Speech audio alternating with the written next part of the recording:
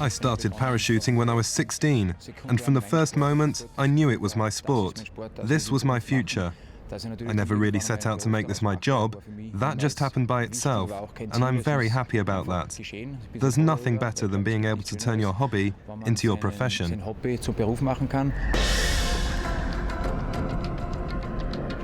Felix Baumgartner is a daredevil. Or he's a menace. He thrills us with stunts that appear to push back the limits of possibility. Or he endangers his life recklessly and breaks laws across the planet. Say what you will about this Austrian, but he's nothing if not spectacular.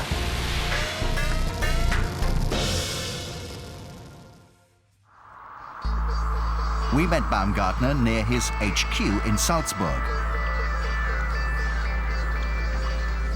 This stunt coordinator, extreme skydiver, and base jumper clearly loves adrenaline. All his stunts involve showmanship, but for sheer visual spectacle, one project ranks higher than the others. Although well known to extreme sports enthusiasts, Baumgartner was front-page news all over the world following his flight across the English Channel in 2003. With a high-tech carbon fiber wing strapped to his back, Baumgartner dropped from a plane over the English port of Dover. He was at an altitude of approximately 10,000 meters. His destination was the French port of Calais. This was the climax to a project that had involved over 30 people and, unsurprisingly, endless testing and refinement. This is the wing I used for the English Channel project. It can reach 360 kilometers per hour and took more than 4 years to develop. We started out with smaller versions that flew very well, but although they produced great forward velocity, they lost too much altitude at the same time. This proved the perfect combination of forward flight and a slow descent. Only by using this wing was it possible for me to make it across the 35 kilometers of the English Channel.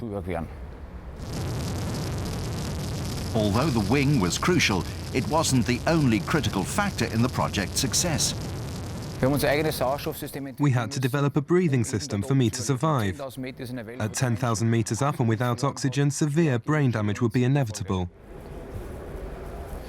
We had tested it thoroughly, of course, but the truth is you never really know if things will work until you jump.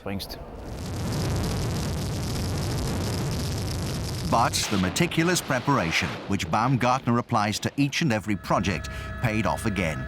Starting at an elevation greater than the peak of Mount Everest, Baumgartner successfully glided across the English Channel in 6.5 minutes at an average speed of more than 320 kilometers an hour. Baumgartner served in the Austrian army for 5 years and attended the National Military Sports School for parachuting, where the foundations of his expertise in skydiving were established. But he also credits his time there for developing his discipline and leadership skills, both just as important to the success of his ambitious projects as any acrobatic talent. Of course, he's also needed to show a willingness to break a few rules, like the time he spent weeks staking out the Petronas Towers in Kuala Lumpur disguised as a businessman, penetrating the security systems and preparing to launch himself from what was then the world's tallest building.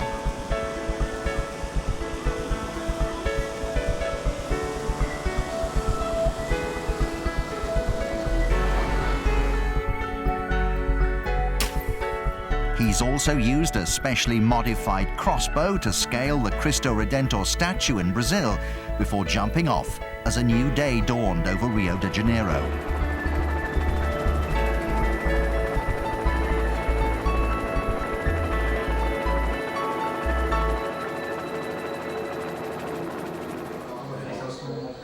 Baumgartner divides the successful execution of his jumps into 3 phases: the preparation, the jump plus landing, and finally the quick getaway. Unsurprisingly, he actually enjoys the thrill of the chase. Landing after an illegal base jump is usually very difficult, especially in big cities. You have to land amongst traffic. You don't know whether the police will come or not. You have to really prepare your escape. Sometimes we use fake license plates, meaning the car plates are false because so many people nowadays have mobile phones and call the police. You have to prepare the right escape routes and make sure that everything happens as quickly as possible.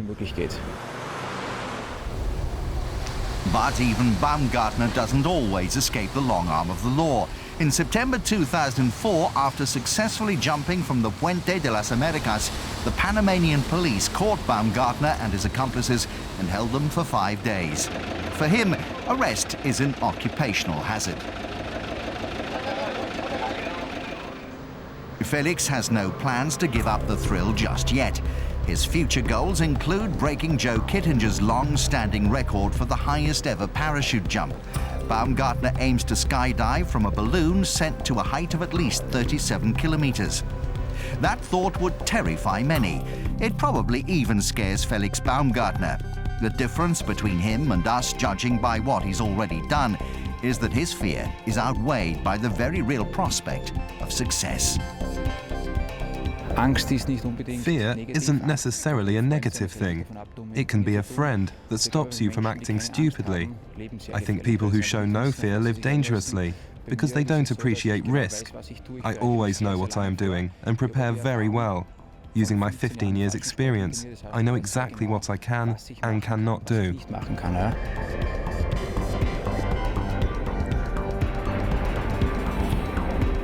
Discovering the line that divides imagination and possibility is the challenge Felix Baumgartner lives and jumps for.